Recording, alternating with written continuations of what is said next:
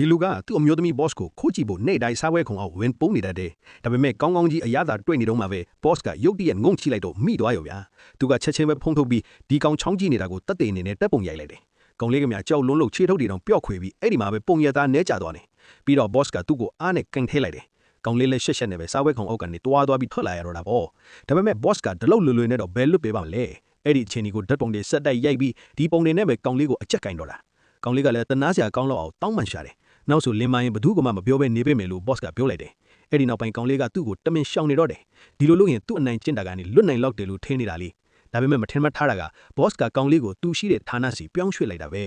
ခေါင်းငုံပြီးအလုပ်ပဲစူးစမ်းလုပ်တော့မယ်လို့ကောင်လေးတွေးနေတော့မှပဲ boss ကရုတ်တရက်မတ်တက်ထရပြီးသူ့စီရှောက်လာပါလေရော期待してるわ斉藤博君悪魔は時々